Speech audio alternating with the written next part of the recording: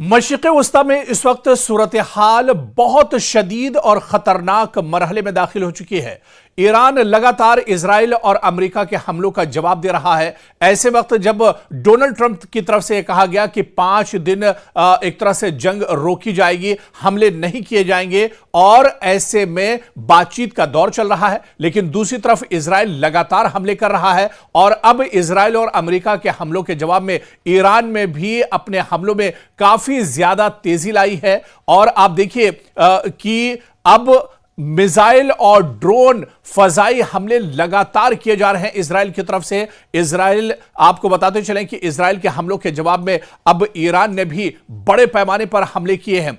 ताजा सूरत हाल आपको अगर बताएं तो इजराइल के चाहे आराद शहर की बात करें, दिमोना शहर की बात करें, तल अबीब की बात करें, हैफा की बात करें, मशरिकी यरूशलेम की बात करें, या इसके अलावा बीरशीबा पर भी ईरान ने हमला किया है। बशामून शहर इजराइल का, यहां पर भी ईरान ने हमला किया है। और इसके अलावा इस बीच जो सबसे बड़ी खबर ईरान के हमले की आ रही है मशरिकी यरूशलेम में, जहां पर कैसेट यानी जो पार्लियामेंट है इजराइल की पार्लियामेंट की बिल्डिंग के करीब ईरान ने बहुत बड़ा हमला किया है। जो बड़ी खबर निकलकर सामने आ रही है, अब इजराइल की पार्लियामेंट भी महफूज नहीं है, ईरान के टारगेट पर है इजराइल की पार्लियामेंट। और इस बीच बड़ी खबर यह आ रही है कि यरूशलेम में, जहां पर इजराइल की पार्लियामेंट है, जहां पर इजराइल की पूरी सरकार एक तरह से अपनी रणनीति बनाती है, हिकमत अमली तय की जाती है, जहां से पूरी सरकार बेंयामिन नेतन्याहू की चलती है, उसी पार्लियामेंट के करीब ईरान ने हमला किया है।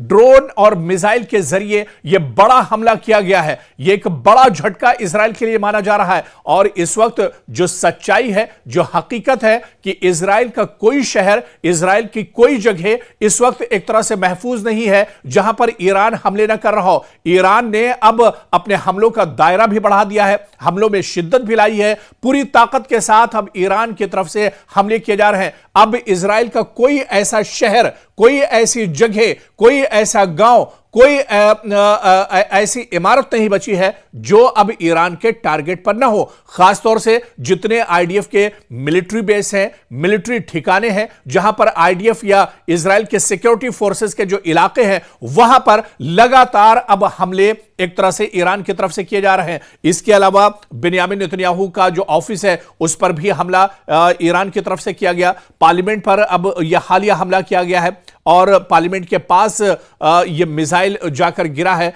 जिसमें काफी नुकसान हुआ है। और इसके अलावा जहां जहां न्यूक्लियर साइट्स हैं इजराइल के अंदर, उन्हें भी निशाना बनाया जा रहा है। आपको याद होगा कि डिमोना पर बड़ा हमला किया गया था, जहां पर इजराइल की न्यूक्लियर साइट है। और इसी तरह से आराद शहर, जहां पर रिसर्च सेंटर है न्यूक्लियर का, यहां पर भी एटमी तवानाई के रिसर्च सेंटर पर भी ईरान ने निशाना साधा है। यानी और अब दोबारा से फिर डिमोना पर लगातार हमला किया जा रहा है। यानी लगातार इजराइल के अंदर जो न्यूक्लियर साइट्स हैं इजराइल की, उन्हें ईरान अब बड़े पैमाने पर निशाना बना रहा है। एक रेगिस्तान के अंदर जो रेगिस्तानी इलाका है, जहां पर यह कहा जा रहा है कि जेर जमीन एक बड़ा न्यूक्लियर साइट इजराइल के अंदर है, उस न्यूक्लियर साइट को भी निशाना बनाया है। और इस बीच जो बड़ी खबर है, बशामून शहर बहुत इंपॉर्टेंट शहर है इजराइल का, यहां पर भी बड़े पैमाने पर ईरान ने हमला किया है। इसके अलावा बीरशीबा, जहां पर पहले भी ईरान हमला कर चुका है, और ताजा हमला एक बार फिर से बीरशीबा पर इजराइल के अंदर ईरान ने किया है। तो ईरान ने पूरी तरह से अब इजराइल की कमर तोड़ कर रख दी है। इजराइल दरअसल परेशान है, और आप देखिए कि इजराइल की परेशानी अमेरिका से भी नहीं देखी जा रही है। अमेरिका इसी वजह से अब डोनाल्ड ट्रंप पूरी दुनिया के सामने गिड़गिड़ा रहे हैं। डोनाल्ड ट्रंप अब जंग रोकने की बात कर रहे हैं। डोनाल्ड ट्रंप अब पाकिस्तान और हिंदुस्तान से अपील कर रहे हैं कि किसी तरह से वो मध्यस्थता करें, किसी तरह से वो सालसी करें और इस जंग को रोका जाए। लेकिन ईरान ने पहले ही यह साफ कर दिया था कि जंग दुश्मन ने शुरू की है, इजराइल और अमेरिका ने जंग शुरू की है। शुरुआत इजराइल और अमेरिका ने इस जंग की है, लेकिन यह जंग जब ही रुकेगी जब ईरान चाहेगा।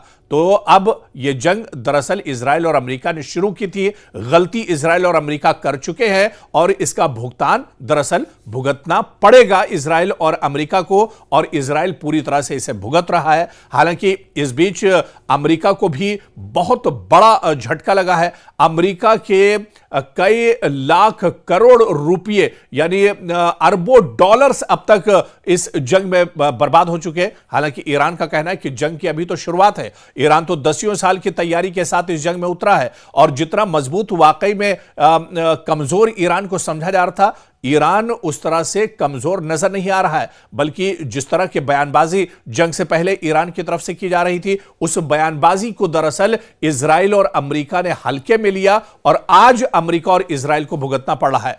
ईरान पूरी ताकत के साथ हमले कर रहा है और ईरान, आप देखिए कि पिछले कुछ घंटों में लगातार ईरान की तरफ से मिसाइल और ड्रोन हमले हो रहे हैं। इतने ज्यादा हमले, इतने ज्यादा मिसाइल और ड्रोन दागे जा रहे हैं ईरान की तरफ से कि आयरन डोम उन्हें रोक नहीं पा रहा है। आयरन डोम एक तरह से नाकाम हो चुका है। आयरन डोम एक तरह से ईरान के हमलों के सामने बेबस नजर आ रहा है और लगातार ये हमले इजराइल पर किए जा रहे हैं। इजराइल का कोई शहर अब नहीं बचा है, तल अबीब से लेकर यरूशलेम तक, बीरशिबा से लेकर बशमून शहर तक और इसके अलावा हैफा से लेकर दूसरे जो और शहर हैं, यहां पर लगातार हमले किए जा रहे हैं। डिमोना और अराद जो शहर है, जो न्यूक्लियर सिटी एक तरह से इजराइल के माने जाते हैं, जहां पर सिर्फ न्यूक्लियर जो असलहा और गोला बारूद ही नहीं है, बल्कि यहां पर इजराइल न्यूक्लियर ताकत को लेकर, असलहों को लेकर, हथियार को लेकर रिसर्च भी करता है। दुनिया का बहुत बड़ा रिसर्च सेंटर अराद और डिमोना में मौजूद है। यहां पर भी अब ईरान ने बड़ा हमला किया है। दुनिया दरअसल परेशान है। इजराइल दरअसल अब टेंशन में एक तरह से आ गया है। बेंयामिन नेतन्याहू परेशानी का शिकार है, डोनाल्ड ट्रंप परेशानी के शिकार हैं कि आखिर ईरान इतना मजबूत कैसे है। ईरान लगातार नए नए असलहे और हथियार कहां से निकाल रहा है, लगातार लेटेस्ट ड्रोन ईरान के पास कहां से आ रहे हैं, लगातार लेटेस्ट मिसाइल के जरिए से ईरान हमले कैसे कर रहा है। अब दरअसल इसको लेकर बहुत ज्यादा परेशान है और इसी तरह से पूरे इजराइल में जिस तरह से अफरा तफरी मची हुई है, ऐसी ही सूरत हाल पूरे मिडिल ईस्ट में है, पूरे मशरिक़ वुस्ता में है। और आप देखिए कि ईरान ने हालिया दिनों में तल अबीब, हैफा, यरूशलेम, जनूबी इजराइल पर कई मिसाइल हमले किए हैं। कुछ मिसाइल आप देखिए कि जो आईडीएफ के और मिलिट्री बेस जो कैंप है, वहां की इमारतें पूरी तरह से तबाह हो गई हैं। आईडीएफ की बहुत सी गाड़ियों को नुकसान पहुंचा है और इस बीच इजराइल का जो डिफेंस सिस्टम है, दिफाई निजाम है, आयरन डोम, कई मिसाइल, दरअसल ये बहुत सी मिसाइलों को रोक लेता है लेकिन तमाम मिसाइलों को नहीं रोक पाता है। और ईरान के जो मिसाइल दरअसल आयरन डोम को भेद कर निकल जाते हैं, वो इजराइल के अंदर बहुत ज्यादा तबाही मचा रहे हैं। और इसी तरह से आप देखिए कि इजराइल के अहम शहरों में, चाहे दिमोना की बात करें, ईरान ने यहां बड़ा हमला किया और इजराइल का अहम न्यूक्लियर रिसर्च सेंटर भी यहां पर मौजूद है। एक बड़ा झटका दरअसल ये बेंयामिन नेतन्याहू के लिए माना जा रहा है और मुख्तलिफ रिपोर्ट्स के मुताबिक यहां पर ईरान के हमले से सैकड़ों अफराद जख्मी हुए हैं, कई अफराद मारे गए हैं, इमारतें बुरी तरह से यहां पर जमींबोस हो गई हैं। यानी हर तरफ अफरा तफरी का माहौल है, हर तरफ तबाही के निशान एक तरह से दिमोना में नजर आ रहे हैं। तल अबीब, जहां पर ईरान ने जब यह जंग शुरू हुई तो सबसे पहले जो इजराइल पर हमले किए थे वो दरअसल तल अबीब पर ही हमले किए गए थे। और तल अबीब की अगर अब सूरत हाल आपको देखनी है, इस बीच ईरान ने बाकायदा एक ड्रोन वीडियो भी इजराइल की तबाही को लेकर जारी किया है और ईरान के इस ड्रोन वीडियो में देखा जा सकता है कि तल अबीब के अंदर किस तरह से तबाही हुई है। आज अगर आपके सामने तल अबीब की सच्चाई रख दी जाए, जो हकीकी तस्वीर है, जो ग्राउंड जीरो की तस्वीरें हैं, अगर वो आपके सामने रख दी जाए तो आप कंफ्यूज हो जाएंगे कि कौन सी तस्वीर गजा की है और कौन सी तस्वीर इजराइल के तल अबीब की है। जी हां, तल अबीब अब दूसरा गजा बन रहा है। जितना जुल्म दरअसल इजराइल ने गजा पर किया था, गजा वालों के साथ किया था, जिस तरह से गजा में कत्लेआम किया गया था, उसी तरह से अब कुछ तल अबीब की एक तरह से सूरत हाल है। हालांकि तल अबीब में जानी नुकसान उतने बड़े पैमाने पर नहीं हुआ है, लेकिन तल अबीब के जो ऐश परस्त लोग हैं, जो बहुत आराम के साथ एक तरह से रहते हैं, जिनकी जिंदगी दरअसल बहुत रॉयल मानी जाती है, अब यहां पर लोग सायरन की आवाज सुनकर भागते हुए नजर आते हैं, अपने घर छोड़ते हुए नजर आते हैं। लोगों में एक डर और खौफ है, लोग परेशान हैं कि आखिर यह जंग खत्म कब होगी, या इजराइल ने आखिर बेंयामिन नेतन्याहू ने उन लोगों पर यह जंग कैसे थोप दी है, तो अब तल अबीब में भी बहुत बुरे हालात हैं। पूरे के पूरे इलाके एक तरह से तबाह बर्बाद हो गए हैं, नेस्तो नाबूद हो गए हैं। कोई इमारत एक तरह से महफूज नहीं है, बल्कि जो लोग टनल और जेर जमीन पनाह लेते हैं वो भी परेशान है। और लोगों को अब इस पर भी एक तरह से भरोसा नहीं रहा है, क्योंकि ईरान की तरफ से जो मिसाइल गिर रहे हैं, जिस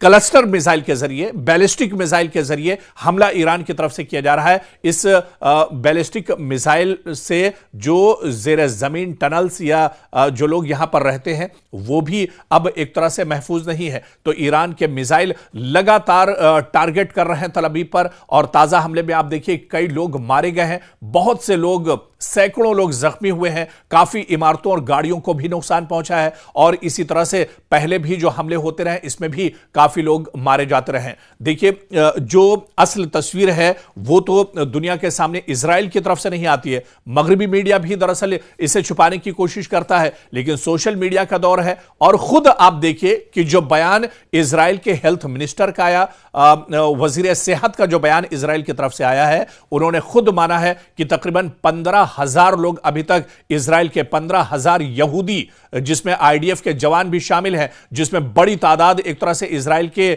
सिक्योरिटी फोर्सेस के जवानों की है, तकरीबन 15,000 से ज्यादा लोग एक तरह से जख्मी हो चुके हैं। और अब आप इसे खुद मानिए, आप छोड़ दीजिए कोई न्यूज, आप छोड़ दीजिए कोई खबर, जब 15,000 इजराइल के वजीर सेहत मानते हैं कि जख्मी हुए हैं, तो मरने वालों की तादाद अब आप खुद निकाल लीजिए। मरने वालों की तादाद सैकड़ों से ज्यादा इजराइल के अंदर है। यहूदी परेशान हैं, दरबदर भटक रहे हैं, अपनी जान बचाने के लिए भाग रहे हैं। लगातार एयरपोर्ट्स पर लोग नजर आ रहे हैं। लेकिन आप देखिए कि इससे पहले ईरान ने जो हमला किया है, बिन गोरियन एयरपोर्ट पूरी तरह से तल अबीब में तबाह बर्बाद हो गया है। बिन गोरियन एयरपोर्ट का नामो निशान एक तरह से ईरान ने खत्म कर दिया है, और पूरे इजराइल में हाहाकार मचा हुआ है। हैफा शहर जो बहुत इंपॉर्टेंट माना जाता है, जहां पर इजराइल की रिफाइनरी है, यहां पर भी लगातार ईरान की तरफ से हमले किए जा रहे हैं। हैफा में ऑयल रिफाइनरी और सनती इलाकों को ईरान ने निशाना बनाया है। बहुत बड़े पैमाने पर यहां पर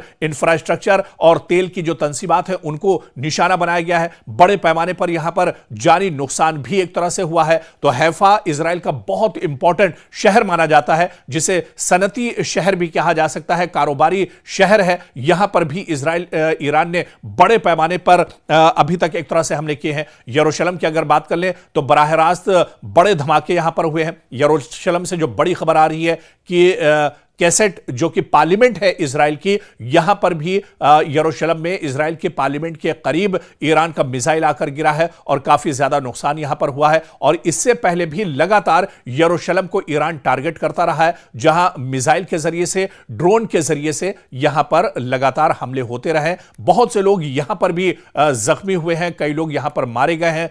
बड़े पैमाने पर इंफ्रास्ट्रक्चर को नुकसान पहुंचा है। बड़ी बड़ी इमारतें जो हैं इजराइल के अंदर एक तरह से जमीबोस हो गई है। और अब तक आप देखिए तो तकरीबन 15,000 यहूदी, 15,000 आईडीएफ के जवान, 15,000 इजराइल के सिक्योरिटी फोर्सेस जवान जो है तकरीबन अभी तक जख्मी हो चुके हैं, और सैकड़ों इसमें मारे गए हैं। रिहायशी इमारतें तबाह बर्बाद हो गई हैं, गाड़ियों को बहुत ज्यादा नुकसान पहुंचा है, सड़कें और इंफ्रास्ट्रक्चर बहुत ज्यादा मुतासिर हुए हैं। हैफा में तेल की तंसीबात को नुकसान पहुंचा है। लाखों लोग इजराइल के अंदर, जिनकी तादाद तो आप जानते हैं कि लाखों में ही है, लाखों लोग शेल्टर्स में जाने पर मजबूर हैं। जैसे ही कोई अटैक होता है, पिछले कुछ घंटों में जिस तरह से ईरान ने रॉकेट और ड्रोन्स की बारिश कर दी है इजराइल के अंदर, ऐसे में लोग चिल्लाते, घबराते और चीखते पुकारते एक तरह से नजर आ रहे हैं। और लोगों के सामने कुछ नहीं होता है, फौरन वो एक तरह से शेल्टर के अंदर घुस जाते हैं, और शेल्टर के अंदर ही पूरी पूरी रात, पूरा पूरा दिन इजराइल के लोगों का एक तरह से गुजरता है। तो लगातार हमले ईरान की तरफ से किए जा रहे हैं। हालांकि जो दूसरी तस्वीर और जो सच्चाई इस जंग की है कि इस जंग में ईरान का बहुत बड़े पैमाने पर नुकसान हो रहा है। आप देखिए कि अभी तक कई बड़े लीडर, चाहे ईरान के supreme leader Ayatollah Ali Khamenei की शहादत हो, अली लारिजानी की शहादत हो, या इसी तरह से ईरान के सुप्रीम लीडर अली लारिजानी साहब शहीद के जो करीबी थे, उनके जो घर वाले थे, उनके साथ जो बड़े अफसरान थे, उनकी काबीना में जो शामिल लीडरान थे, वो सब के सब एक तरह से इसमें शहीद हो गए। और इसके अलावा आम लोगों को भी इजराइल और अमेरिका टारगेट कर रहा है। बहुत से लोग ईरान के अंदर इजराइल और अमेरिका के हमलों में मारे गए हैं। जख्मियों की तादाद बहुत ज्यादा है। वह पूरे के पूरे इलाके एक तरह से तबाह बर्बाद हो गए हैं। लेकिन यह ईरान के अवाम का सब्र है, ईरान के अवाम का एक तरह से उनकी ताकत, उनका इत्तेहाद एक तरह से है कि वो इतनी बड़ी ताकत के सामने, सुपर पावर के सामने एक तरह से डटे हुए हैं, बल्कि सुपर पावर को एक तरह से नाको चने चबाने पर मजबूर कर दिया है ईरान ने। और आज भी आप देखिए कि आईआरजीसी जो कि पासदाराने इनकलाब है, रिवॉल्यूशनरी गार्ड है ईरान के, उन्होंने कहा है कि वो अब पीछे हटने वाले नहीं है। अब ये आर पार की लड़ाई है और ये जंग जब ही रुकेगी जब एक तरह से ईरान चाहेगा। आप देखिए कि जब जंग रुकने की बात होती है तो पहले ही ईरान ने क्लियर कर दिया है। ईरान ने अपने दरअसल कई नुकाती जो एक पूरा मुजवजा जो शराइत है इनकी, वो एक तरह से इजराइल और अमेरिका के सामने ईरान ने रख दी है और कहा कि अगर अमेरिका और इजराइल इन शर्तों को मानते हैं, डोनाल्ड ट्रंप अगर ईरान की शर्तों पर राजी होते हैं, तब तो यह जंग रुक सकती है, वरना यह जंग चलती रहेगी। और शराइत भी देखिए क्या है कि अभी तक की इस जंग में, जो जंग ईरान के ऊपर थोपी गई है इजराइल और अमेरिका की तरफ से, इस जंग में जो नुकसान ईरान का हुआ है उसका पूरा का पूरा हर्जाना दिया जाए। दोबारा से यह मानकर चला जाए कि इस तरह की जंग ईरान पर नहीं थोपी जाएगी, पूरा इलाका जंग से महफूज रहेगा, यह दूसरी बड़ी शर्त है। और इसके अलावा यह कहा गया है कि पूरी तरह से एक तरह से जमानत दी जाए कि इस इलाके में अब मशरिक़ वुस्ता में इस तरह की जंग नहीं छेड़ी जाएगी। तो कहीं ना कहीं जो शर्तें ईरान की तरफ से लगाई गई हैं वो बहुत बड़ी शर्त है। इसमें एक शर्त यह भी है कि जो पाबंदियां ईरान के ऊपर लगाई गई हैं, जिस तरह से ईरान को असलहा, गोला बारूद या कारोबारी तौर से एक तरह से पाबंदी लगाकर रखी गई है, 20-25 साल से ये पाबंदियां लगातार ईरान झेलता आ रहा है। ऐसे में ये पाबंदियां भी एक तरह से हटाई जाएं, यानी ईरान का यह कहना है कि जब ये पाबंदियां हटाई जाएंगी, ये तमाम शर्तें एक तरह से मानी जाएंगी, उसके बाद ही ये जंग एक तरह से रुक सकती है। और आप देखिए कि एक तरफ इजराइल और अमेरिका के जो बयानात हैं, डोनाल्ड ट्रंप और नेतन्याहू के जो बयानात हैं, उन पर दरअसल भरोसा नहीं किया जा सकता है, क्योंकि एक तरफ डोनाल्ड ट्रंप जंग रोकने की बात करते हैं, बातचीत की बात करते हैं, और दूसरी तरफ उनके हमले लगातार जारी रहते हैं। एक तरफ अमेरिका बात करने की बात करता है, लेकिन इजराइल के हमले लगातार तेहरान पर जारी हैं, ईरान के दूसरे शहरों में लगातार हमले जारी हैं। इसलिए अब ईरान समझ चुका है कि बातचीत में कुछ नहीं रखा है। बातचीत दरअसल ये बातचीत का फायदा उठाते हैं। और जिस वक्त फरवरी के आखिर में यह जंग शुरू हुई, उस वक्त भी आप देखिए कि इजराइल, अमेरिका और ईरान के दरमियान बातचीत चल रही थी। कई मुल्क दरअसल चाहते थे कि मशरिक़ वुस्ता में जंग न छिड़े और बातचीत से मसला हल हो जाए, लेकिन एक तरफ बातचीत चल रही थी और दूसरी तरफ अमेरिका और इजराइल ने मुश्तरका तौर पर तेहरान पर हमला कर दिया था। तो ऐसे में अब तेहरान, ईरान ये समझ चुके हैं कि बातचीत दरअसल एक बहाना है और अब बातचीत से इसमें कुछ नहीं होने वाला है। अगर इसी तरह से बातचीत होती रहेगी तो अमेरिका और इजराइल इसी तरह से नापाक हमले ईरान पर करते रहेंगे। इसी वजह से अब आईआरजीसी की बात करें, रिवॉल्यूशनरी गार्ड्स की बात करें, ईरान की लीडरशिप की बात करें, जो लगातार एक तरह से खत्म हो रही है, लेकिन फिर भी ईरान इस जंग में एक तरह से डटा हुआ है। एक लीडर को शहीद किया जाता है, दूसरा लीडर खड़ा हो जाता है, एक कमांडर को शहीद किया जाता है, दूसरा कमांडर मैदान में निकल कर आ जाता है।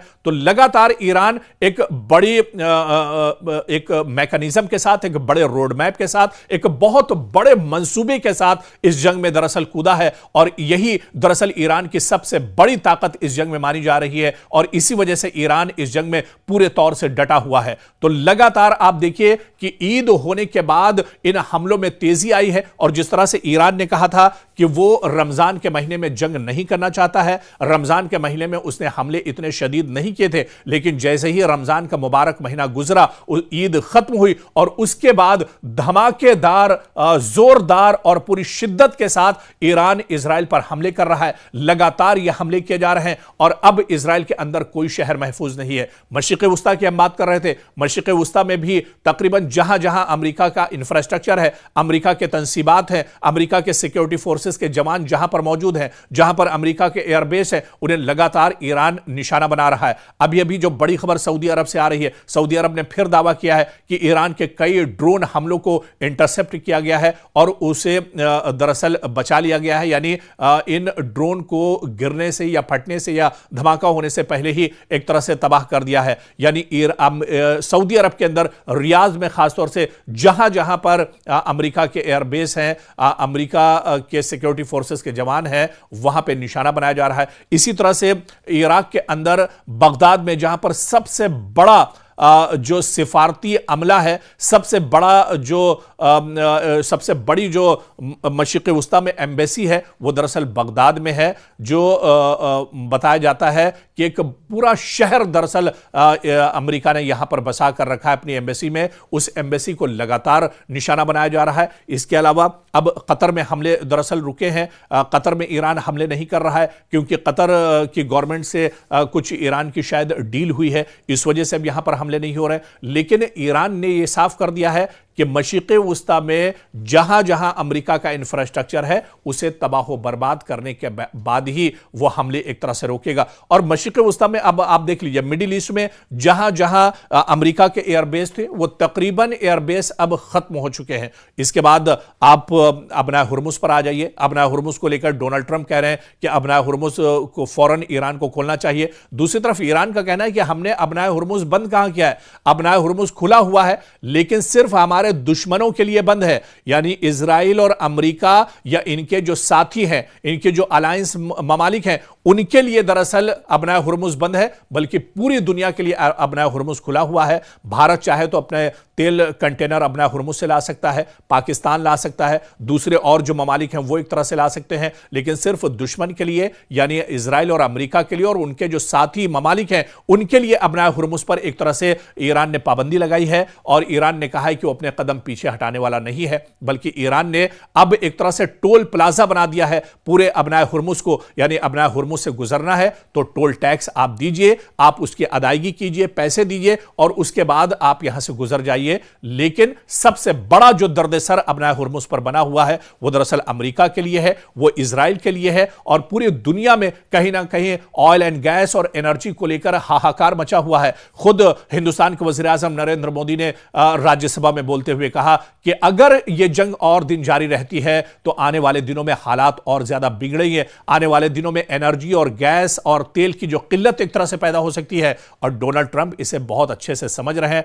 अमेरिका में भी गैस और ऑयल और पेट्रोलियम की कमी हो रही है। एक तरह से इजराइल भी कहीं ना कहीं परेशान है। इजराइल के हैफा में जो रिफाइनरी है उसे एक तरह से ईरान ने नाकारा बना दिया है। तो कुल मिलाकर जो सूरत हाल है वो बहुत भयानक, बहुत खतरनाक सूरत हाल एक तरह से है और ईरान भरपूर तरीके से हमले कर रहा है। दुश्मन ने सोचा नहीं था कि ईरान इतनी मजबूती के साथ हमले करेगा और अब इस जंग में बुरी तरह से इजराइल और अमेरिका फंस चुके हैं और इन्हें निकलने का रास्ता इस जंग से नहीं मिल पा रहा है।